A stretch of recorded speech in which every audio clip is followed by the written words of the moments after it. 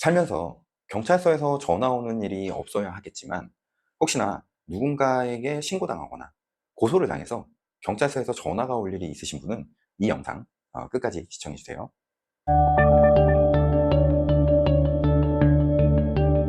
안녕하세요. 전직 경찰관 카운셀러 중교수입니다. 오늘은 경찰서에서 전화가 왔을 때 전화 받는 요령 세 가지에 대해서 한번 말씀드려보려고 합니다. 전화는 그냥 받으면 되는 건데 무슨 요령이 있냐 라고 말씀하실지도 모르겠지만 지금부터 제가 이야기를 들어보시면 왜 전화 받는 요령에 대해서 숙지하셔야 하는지 알게 되실 겁니다. 우선 경찰서에서 전화가 온다고 가정을 하고 제가 1인 2역으로 한번 이해를 돕기 위해서 예를 들어보겠습니다. 자, 전화가 온다고 하고요. 자, 여보세요? 네, 여보세요. 홍길동 씨 맞으시죠? 네, 그런데요. 누구신가요? 네, 저는 땡땡 경찰서에서 근무하는 이영사라고 합니다. 그런데요. 다름이 아니라 홍길동 씨 그 지난주 금요일에 홍대 부근에 있는 땡땡 술집에서 그 파란색 모자 쓰신 분하고 시비한 적 있으시죠? 네, 그런데요. 그것 때문에 경찰에 신고가 되어서요. 그 파란색 모자 쓰신 분하고 다투신 게 맞나요? 네, 그분이 저한테 먼저 시비를 걸어가지고요. 제가 그만하라고 하면서 서로 좀 밀치고 닥치고 하다가 친구들이 말려서 집으로 돌아왔거든요. 근데 무슨 문제가 있나요? 네, 그러셨군요. 큰 문제는 아니고요. 간단히 그냥 조사받고 가시면 되니까 땡땡 경찰서 형사팀으로 좀 나오세요. 그래요? 그럼 언제 가면 될까요? 혹시 오늘 시간 되시면 얼마 안 걸리니까 저녁 때 나오셔서 조사받고 가세요. 네, 그럼 어디로 가면 되죠? 네, 땡땡 경찰서 1층에 있는 형사팀으로 오셔서 이 형사한테 조사받으러 왔다고 하시면 됩니다. 이따 뵐게요. 네, 알겠습니다. 자, 여기까지. 자, 이런 식의 통화는 실제로 매우 빈번하게 이루어지고 있고요. 저 또한 경찰관으로 재직하면서 피의자들을 소환할 때 굉장히 많이 쓰는 방법이기도 합니다. 자, 그럼 여러분은 이 전화 통화 내용에서 혹시 문제점을 찾으셨나요? 여기서 전화를 받은 사람의 실수 세 가지가 바로 오늘 제가 말씀드리려고 하는 것과 연관되어 있는데요. 첫째, 경찰이 홍길동 씨 저번 주 금요일 날 파란색 모자 쓰신 분하고 시비한 적 있으시죠? 라고 물었을 때 그냥 순순히 네, 있습니다. 그 사람이 먼저 시비를 걸어서 서로 밀치고 닥치고 하다가 친구들이 말려가지고 그냥 집으로 돌아갔는데요. 라고 말한 부분이 바로 폭행의 범죄 혐의를 인정하는 꼴이 되고 마는데요. 왜냐하면 우리나라 형법은 폭행죄의 혐의를 굉장히 광범위하게 보고 있기 때문에 상대방하고 멱살을 잡거나 서로 밀치고 닥치고 한 것만으로도 충분히 그 죄가 인정되기 때문인데요. 하지만 여기서 경찰은 마치 대수롭지 않은 일상생활의 한 부분인 것처럼 질문을 합니다.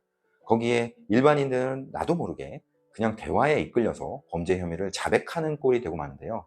이는 나중에 조사를 받을 때 만약 혐의를 부인하게 되면 굉장히 불리한 부분으로 작용될 수도 있고 경찰이 피해자를 상대로 전화를 할 때는 거의 모든 게 기록되기 때문에 이를 꼭 주의하셔야 하는 겁니다.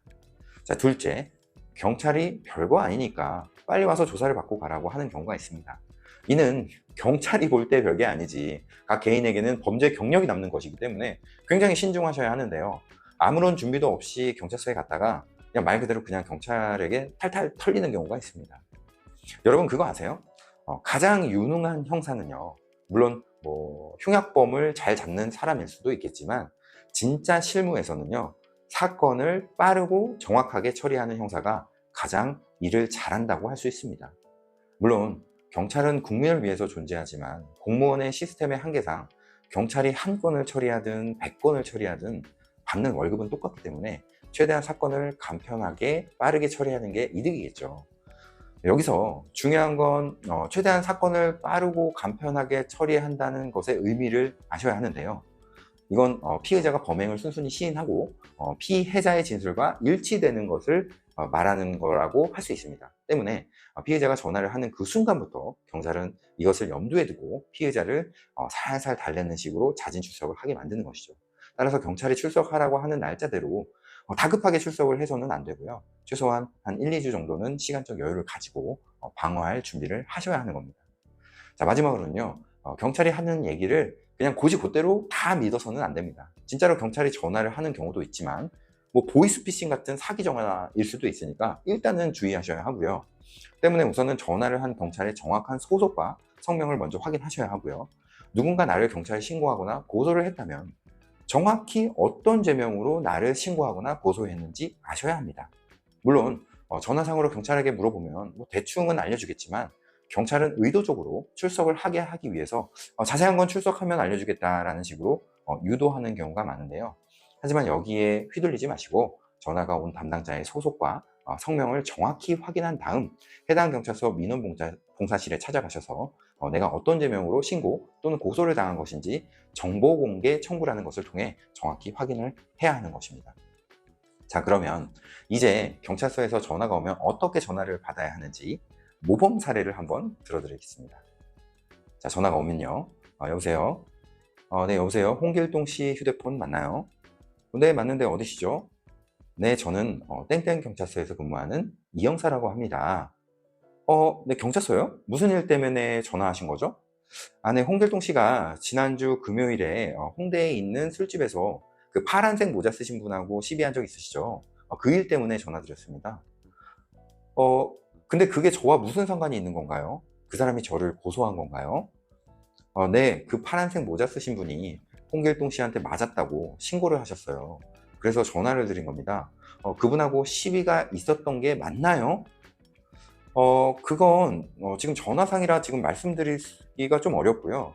전화 주신 분의 소속과 성명이 어떻게 되신다고 하셨죠? 자세한 건 제가 경찰서에 직접 가서 말씀드리겠습니다. 네, 그러시겠어요. 저는 땡땡 경찰서 형사팀에 근무하는 이준 형사라고 합니다. 그럼 언제 출석하시겠어요? 제가 이번 주는 시간을 좀 내기가 어렵고요. 다음 주 주말쯤 시간이 괜찮을 것 같은데 그때 출석해도 될까요? 네, 그러면 다음 주 금요일 오후 1시쯤 어떠신가요? 네, 좋습니다. 그럼 그때 찾아뵙고 말씀드리겠습니다. 그리고 혹시 제가 그분이 고소한 내용을 좀 볼 수 있을까요? 네, 저희 경찰서 민원실에 가셔서 선생님 성함과 담당자인 제 이름을 말씀하시고 사건에 대한 정보 공개 청구를 하시면 되겠습니다. 네, 알겠습니다. 여기까지. 자, 어떠신가요? 첫 번째 전화 통화하고는 좀 많이 다르죠.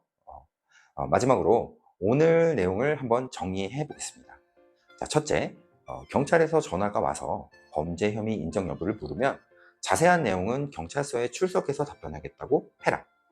둘째, 담당 수사관이 별일 아니라면서 빨리 나와서 조사를 받고 가라고 하더라도 한 1, 2주 뒤로 시간을 미룬 다음에 사건에 대한 방어를 할 수 있는 여유 시간을 가져라. 자, 셋째, 경찰관이 하는 얘기를 곧대로 믿어서는 안 된다. 조사 날짜가 조율됐다면 그 기간 동안 누가 나를 어떤 죄명으로 신고 또는 고소했는지 정보공개 청구를 통해서 확실히 알아야 한다. 그리고 최소한 어떻게 대응할지 준비해야 한다. 이상으로 오늘 준비된 내용은 여기까지고요. 영상이 도움이 되셨다면 구독과 좋아요 부탁드립니다. 더 많은 정보가 필요하시다면 고정 댓글에 걸어둔 저희 멘탈 폴리스 카페에 오시면 다양한 정보 이용하실 수 있으니까요. 많은 이용 바랍니다. 감사합니다.